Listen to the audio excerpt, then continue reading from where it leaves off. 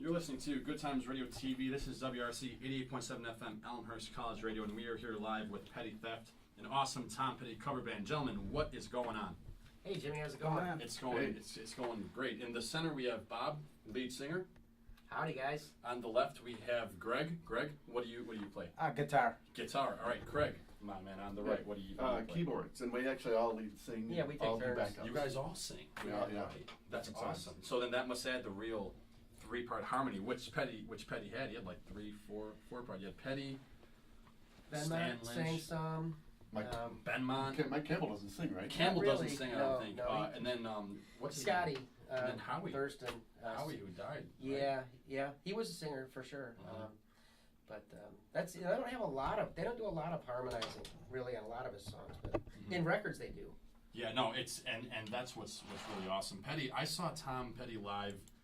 God, I saw him live summer of 2010, and that show was awesome. This song playing in the background actually is "You Don't Know How It Feels," and this is the second song that he played, and it was awesome because my ex-girlfriend and I are sitting there, and we're like, something smells kind of funny. It's funny because we've been here 6 minutes and we already smell something funny in the air. Can you smell that smell? You know what I'm talking about? And I was like, all right. And then the second song that Petty played, Petty didn't talk much live, which was awesome. I thought just kind of there just to play.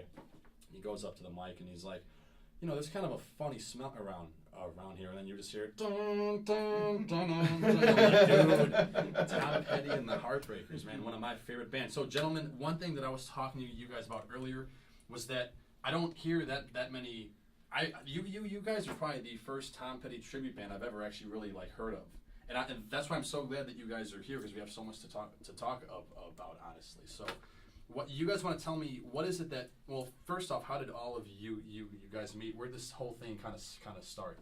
Well, we've all been friends since high school. Greg and I met each other in junior high. Bob met us in high school. We didn't really play instruments at the time. We kind of learned together, and we used to jam when we were younger. We kind of had some non-band bands. We get together and jam and never really get anywhere with it. And then over the years, Greg and I would I write music and we'd record it because he's a studio rat.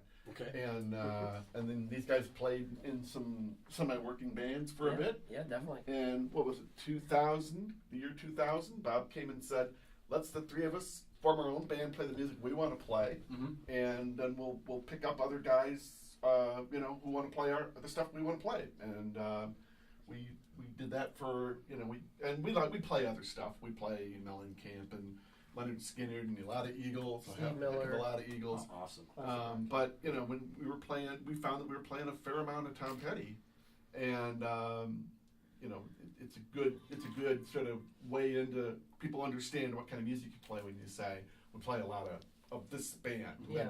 Then you're kind of hooked in. Like I mentioned, those other guys, they're all roots rock. It's Seeger and Mellencamp. They're all American bands and stuff like that. Pretty much early on, we determined that we were kind of blending in with everybody, and we wanted to do something that made us be remembered and stand out.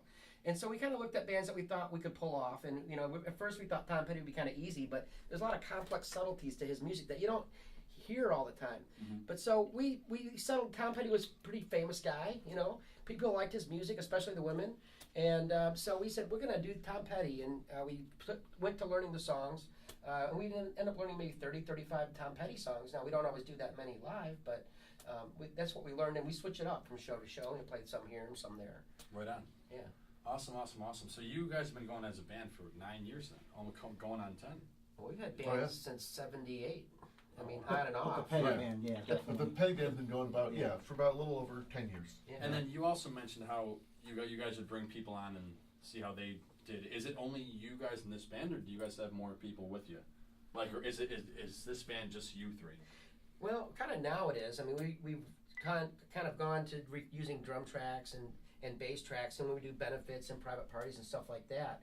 So we don't really go after bars anymore. It was kind of hard because the bar owners expected you to bring in 50 to 100 people Absolutely. to get a show. And we're older guys, and we don't have that big of a following that we can bring out on a repeat basis. Maybe we could do that once a quarter, once every 2 months, maybe bring out 50 people or 30 people. But to do that, we wanted to play pretty much twice a month. It's sort of our goal. We just couldn't really do that anymore. So because it was just we didn't bring enough people out to do that. So, so we know guys that play bass and play drums, and sometimes if we had a big gig, we could probably pull some guys together. Oh, yeah.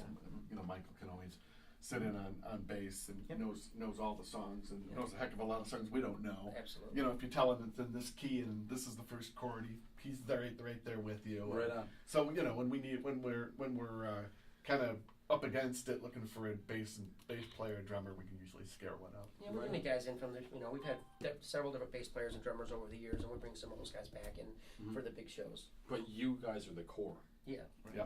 And that's because you guys just fit so well. I mean, you guys just obviously just meeting you guys kind of have some kind of a trio core thing going, which is awesome. Yeah. Which is great because I've been playing in the same band. I had my first band was like 8th grade, but that one's just that's nuts.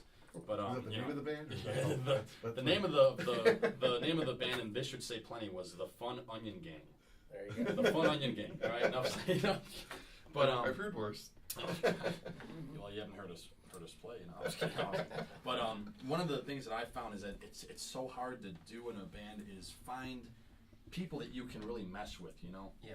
I was learning this thing in my project management class. It's actually just last night. And there are 4 stages to a project, which a band really is, I think. It really is. You start with forming, storming, norming, and then performing. So you got your forming stage, you guys all meet, and everybody just wants to get along, because, you guys just met. Everyone's kind of like, okay, I'm going to be really cool. I'm going to put my best foot forward. Sure. You got your storming stage, which I was like, oh, storming must mean there's a lot of fighting going on. Storming means that you're just brainstorming. You're figuring out how you all work, right. And that there is some fighting going on in there. Just some kind of working out the kinks, and that's whenever people get weeded out. You've got your norming stage, so where you guys kind of feel how the band's going to go, how it's going to flow. Your norming stage is when it's like, okay, you guys are falling into your routine. And then you got your performing stage, which enough said is just performing on stage. And that's kind of opened up my eyes a bit, and I'm sure that you guys went through that too. I mean, how'd you guys go through that? You guys have all been playing in bands since '78. This guy Greg over here, he taught me how to play guitar. He learned first, and he taught us how to learn music and how to listen to the songs and get the nuances of what's playing. Greg, tell us, you're teaching now, right? Yeah, I've got a few students that I teach guitar, bass, drums, things like that. But really, with the Petty Band, I was kind of the guy where if the sound wasn't quite the way we wanted it, I'd say, okay, now you need to kind of play a little more like this, and we kind of need to come down in the register over here, and we need to switch singers to this and that, and I just kind of directed a few things that way, and after a while, then I didn't have to because you guys just fell into everything from there. But just to get started, I kind of directed a little bit. Yeah, it is dynamics. That's exactly what it is. Saying, this is where the drums tone down a little bit. And you have to tell people that. People don't necessarily realize that. You have to listen to the songs. Oh no, definitely. And we try to play, whether it's Tom Petty or another artist, we try to play the songs the way people know them on the radio, because I love to hear a song that somebody tears apart and does it a completely different way. Right. But most audiences really want to hear the song the way they're familiar with it. Most definitely. So we play. I Need to Know, and we play it just the way it starts and the way it ends. Awesome. And then when we got these drum and bass tracks, it was no problem because we were playing it exactly the way the record plays it, and the drum and bass tracks are right there. So we we fell right into that. That was really easy. So yeah, we use those for smaller venues, but we've played a lot of fairly decent sized venues as well with 5 pieces.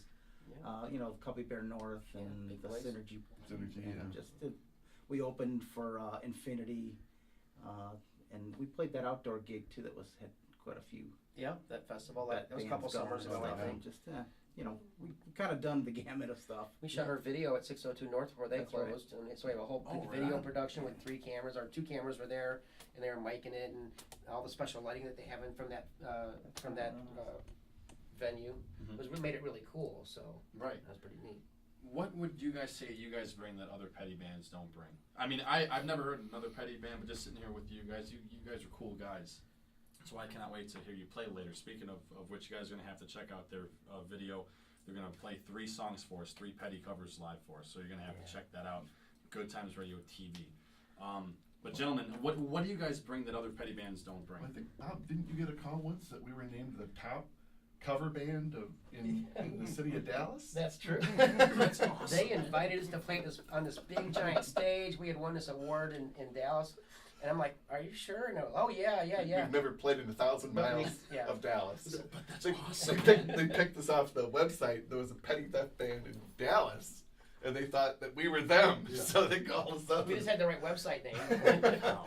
But I think that one thing, the crowds, the audience that's there, always likes us. Mhm. We play it good and tight, and when the audience wants to hear something, if the audience says, somebody in the audience says, "Hey, do you guys know Fleetwood Mac song?" We can play Fleetwood Mac song. Right. We've had people ask us to play songs that we have never practiced. Play Mustang Sally, and somebody knows the wow. words. Play the key. We'll fake it.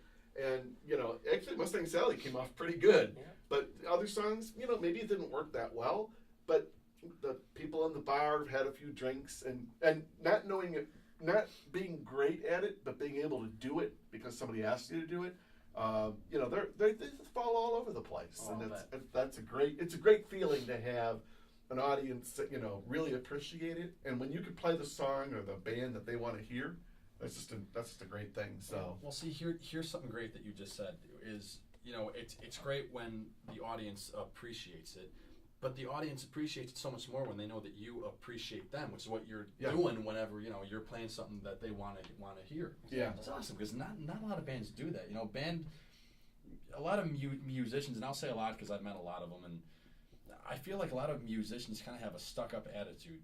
And I mean, I guess sometimes that goes into the artist, whatever. But at the same time, you gotta, you've gotta appreciate the people that are there watching. Yeah. Well, one of the things is that when you got 5 musicians or 4 musicians or however many, you all have to want the same thing. So kids starting out that have learned their instruments, maybe a couple of guys want to make it big, and they want to practice 6 nights a week. Or if they don't, then they're not going to make it big. Right. And maybe a couple other guys just want to get chicks, and they just want to be able to get up on stage and play. And we wanted the same thing. We just we all have careers and families and stuff like that, and Yeah. we're happy with our lives. This is a great thing we can do that that doesn't interrupt anything else. Yeah. So we want the same things, and we've been playing together so long that we're pretty tight. Yeah.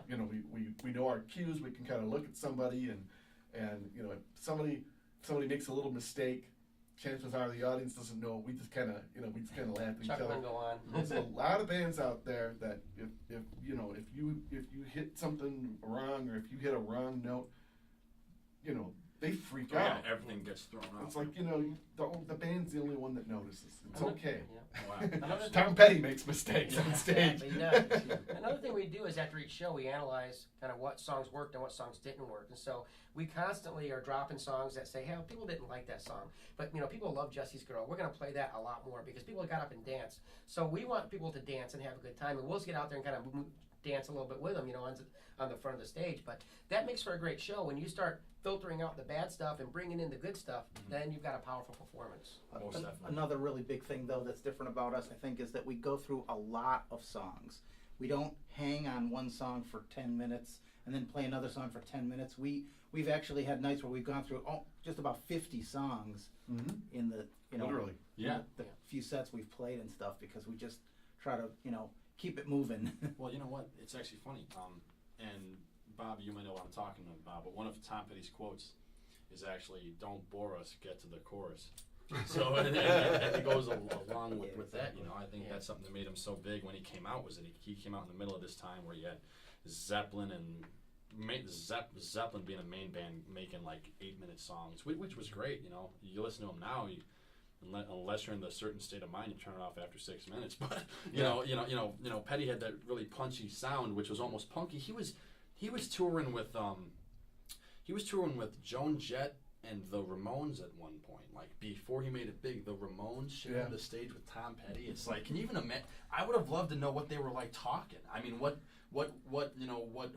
Petty would have said to Johnny. I mean, and if they talked and what their personalities were like, in the same room. It's be so cool Yeah. to see. Well, I think if he'd come out, if his band had come out, if they debuted a few years later, they probably would have been lumped in with New Age, and I mean, bands like Dire Straits and Dire Straits, Elvis yeah. Costello were all considered punk bands, and they weren't punk bands, but it was 1980, so if you came out then, but he's always been pretty much straight up rock, and No, and that's- he's always been awesome, which is something great, and which says a lot about you guys too as a band. I'm sure you guys do his acoustic stuff too, just like as you do his rock stuff, right? You guys Some do a of mix it. of both. Yeah, we tend to go to the heavier, faster stuff Mhm. because that's what the audience responds to well. But we do like Free Fallin', Yeah. and we'll play a few acoustic ones as well because You're so they're bad. so well loved. So yeah, you're so bad, yeah, Yeah. it's fun to Yeah. do. Yeah, I actually played that one earlier. Yeah. In the background. That's a great song, "Full and Fever," the album that really brought him back, and Yeah. also the album that he pulled so much of what he did, not like he took from it, well, he took something from it, but he didn't take it. But working with the Traveling Wilburys, like he Yeah. was able to kind of get this acoustic sound going, and then because what did he do? He did that album with Jammin' Me, and that album didn't do very very well. Mhm. What do you guys know the name of that album? That's Is it I've Had Enough? I've had enough. Yes, Let Me Up. Let I've Me had Up, enough. yeah. Let me up. It's like he had to kind of move away. He had to move into something a little bit. He had to move into in a little bit of an uncomfortable kind of Yeah. territory or something. I just Maybe feel the like Great he's White kind of Open was opened like that too. I mean, Yeah. that was very acoustic based. It's lot a of great acoustic album. stuff. Man. It's a great album. Well, we're definitely going to be talking after the show. But gentlemen, where can people reach you at? Well, we don't have a website right now. Okay. So I don't know if there's an easy way for me to give over the radio. What do you think? Should I give out my phone number? If you'd like to, I mean, Yeah, okay. If you're looking for a party and you need a Tom Petty band, or you have a benefit and you need someone to come in and kind of keep the crowd moving for you and keep them up, call Bob Wood, 630-276-6504. Again, Glad to that's help you guys out. 630-276 6504. 6504. You guys can call Mr. Bob Wood and get Petty Theft out there to play for you guys. Man, this is awesome. I was really glad that you guys were able to make it out tonight. One thing I'm really looking forward to is you guys playing. So, Hey, Craig. Hey, Jimmy, thanks. yeah, Greg, thank you, gentlemen, very, very, very much. I'm looking Good times. very forward to it. Good times, great times, most definitely. On Good Times Friday. Maybe I should call it Great Times Friday. But yeah, guys, please call Mr. Bob Wood at 630-276-6504 for more information. You can also check out tomorrowsalliance.com. Hit us up there, and we will definitely send you their information. This is a band to check out, and I had a great time talking to you guys tonight. Really, this was Yeah, awesome. This us was a too. lot of fun. Thank y'all for tuning in to Good Times Radio TV as well as Good Times Friday. We'll be back after this on WRSE. Cool. Awesome. Awesome, man. That was Yeah. great, man. That was fun. Now I get to go hear you guys play. Let's do it.